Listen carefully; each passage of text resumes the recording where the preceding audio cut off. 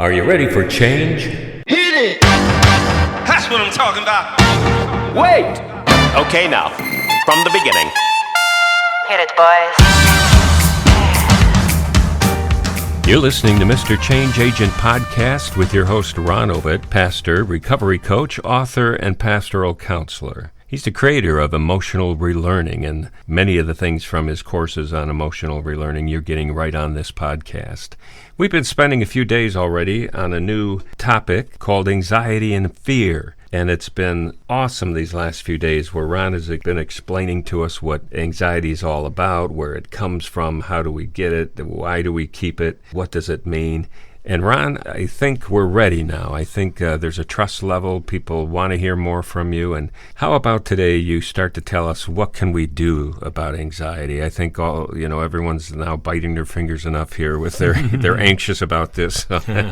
Why don't you tell us what are some of the things that we can do? And maybe it doesn't have to be all the way to phobic, but just anxiety. Why don't you talk about the different levels of anxiety, what you can do, and let's take it from there, okay? Well, there's two primary parts that are involved. Of course, the whole body is involved, but, one is that the emotional brain, right? The emotional brain, specifically the amygdala. And that's a tiny almond-shaped structure deep inside the limbic part of the brain, which is the emotional part of our brain. And that reacts to sensations, okay? And then it sends out a fight, flight, or freeze response. It's a sensation memory-based thing. If it believes that something got us in danger, then it reacts. And here's the thing. A lot of the things that we believe are dangerous really aren't. Our amygdala believes it. And so it doesn't have to be rational, right? A childhood fear that we have can be triggered. If we felt that we were going to get in trouble when someone gave a certain look, you'd be surprised how later someone that we give power to gives a look like that. Boom, we go into anxiety, right? And so that amygdala is trained to put us in a fight, flight. What happens then? Well, our heart beats faster, our muscles tense, our blood pressure rises. Well, let me say something. God made us.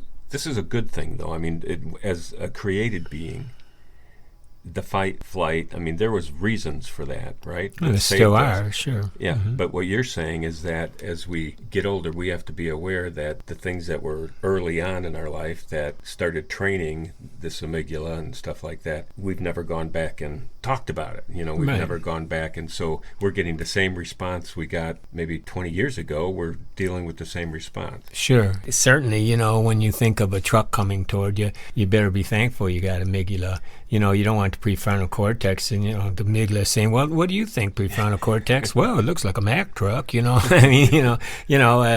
you want to move, and you're thankful for adrenaline, right? Because it gets you moving. You want, boom, everything.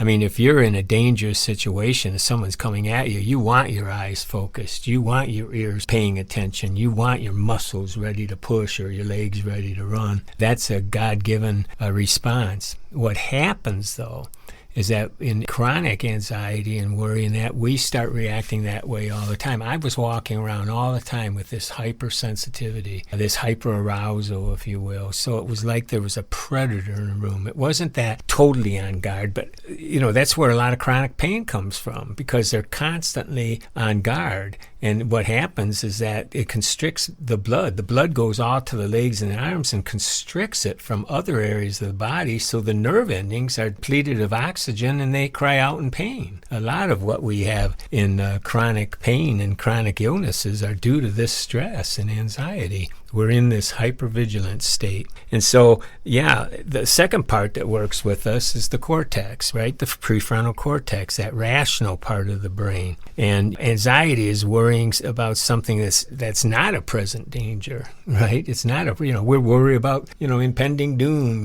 what are they going to think? What are, this kind of stuff. And depression is worrying about what happened in the past sometimes. I get this, and we're worrying about the past. That's a cognitive process, so sometimes we need to redo our thinking, so it's a combination of both. And a lot of times we react with both our amygdala and our cortex.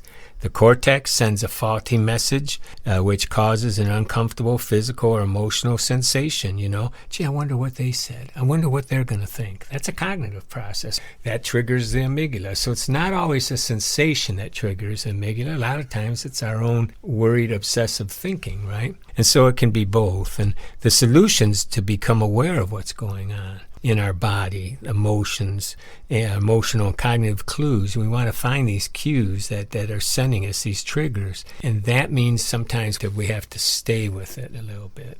I'm not talking about the hypervigilance where I'm not really paying attention. I'm just there's a predator room. I mean when it escalates. I have to sometimes stay with my panic. The way I overcame panic attacks is that I learned to ride it. I occasionally get them every once in a while because some of those thoughts are scary, and every once in a while you can't help what comes into your head. We get like 60, I don't know who counted these, but we get 60,000 thoughts a day, some people say, right? And you can't help what comes in your head. Thoughts happen, worries happen, but we can do something once they're there. We can choose sometimes to say, okay, this is just faulty wiring. I don't have to listen to this. And I remember it really started helping when I finally said, I'm having a panic attack.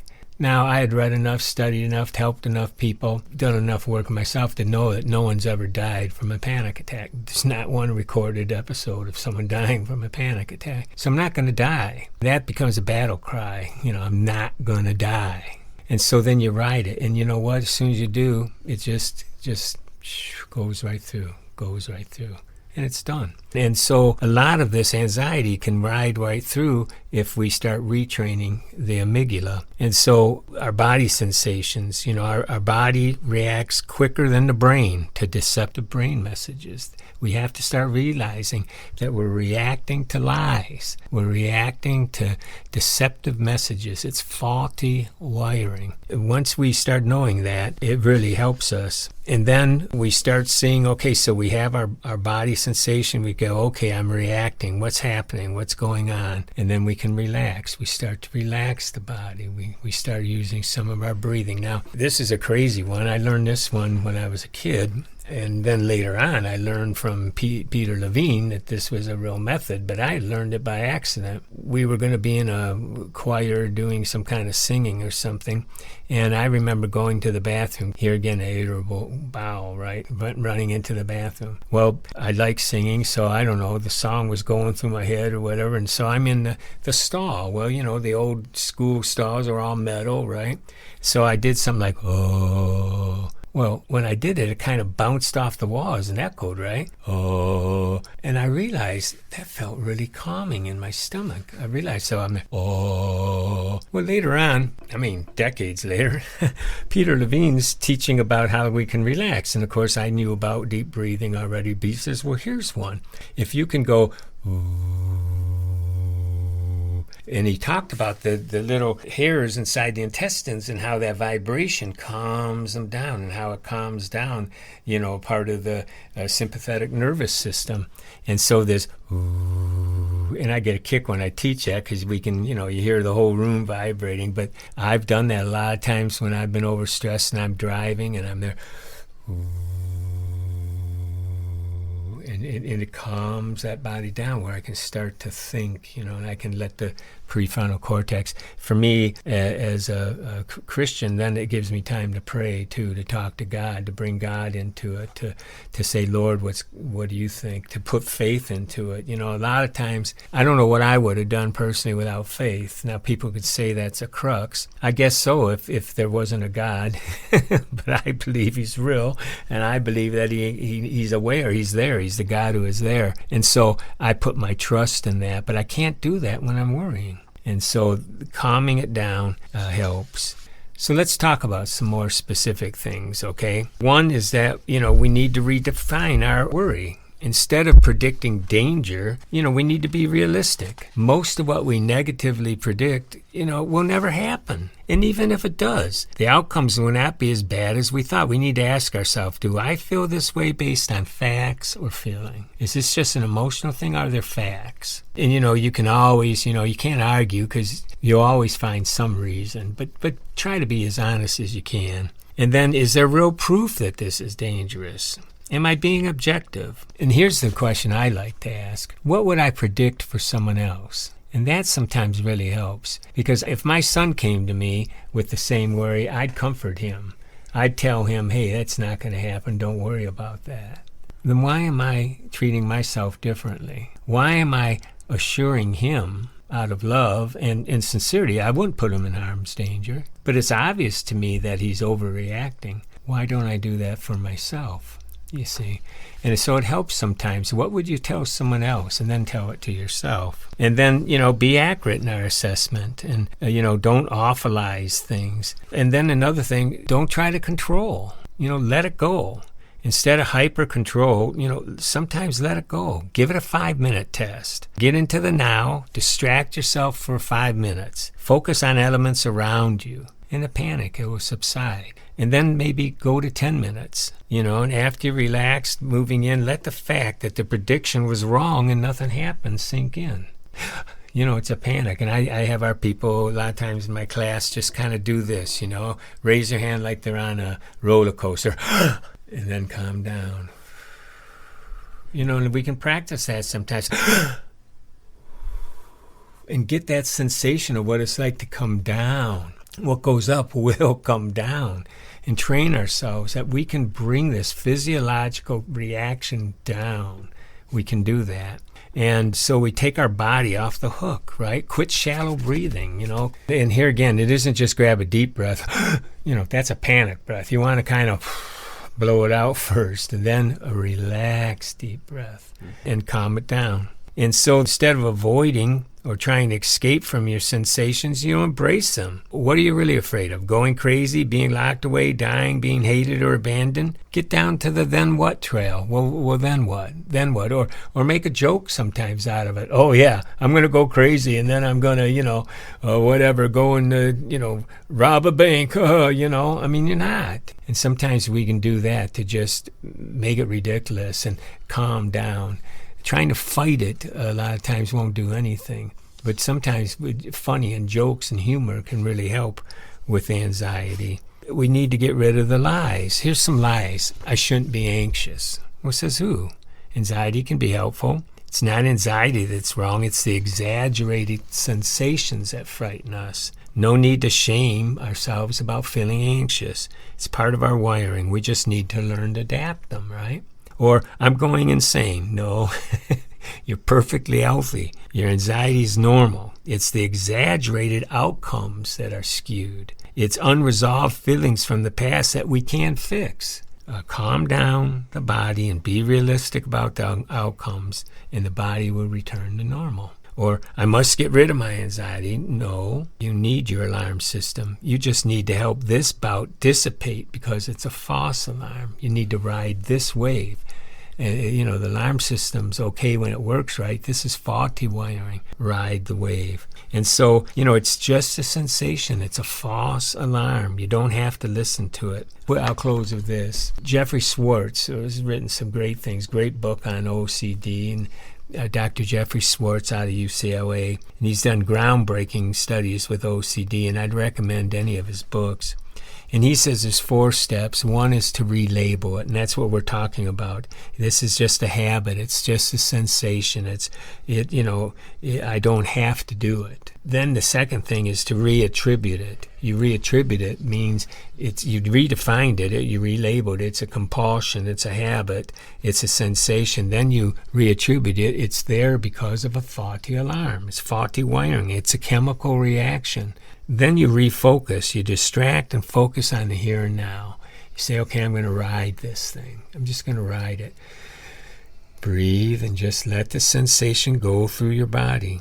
And then you revalue, and you praise yourself for even if you were okay for a minute. Even if you just made some progress, you reevaluate and you praise yourself for all the progress you made. And you feel it. You be happy. And that's what I call relive.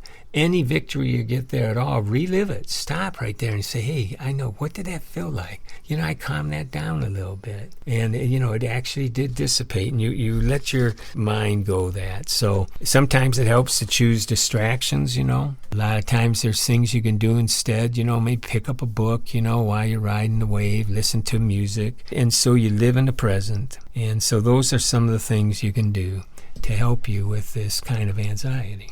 Thank you, Ron. That was fascinating material, and you can't take notes fast enough on this. And I'm glad it's in this podcast form because I think many of the listeners here are going to replay this and listen to it again. And I hope they share it with others and tell others about the resources that are available through Ron's various outlets. Number one is Mr. Change Agent podcasts, which you're listening to, and then the Mr. Change Agent YouTube channel. Just go to YouTube, write down Mr. Change Agent, and you'll see a logo come up, and you click that. Also at empowerforliving.com, there are resources available. You go to empowerforliving.com/resources, and you'll go ahead and you'll find a lot of material there. And also on Amazon, just punch in Ronald Ovitt, Ovitt, and you'll see a number of books. So thank you for joining us. Let's be sure to tell others, like it here, subscribe to the podcasts, and we'll be sure to notify you when more are coming.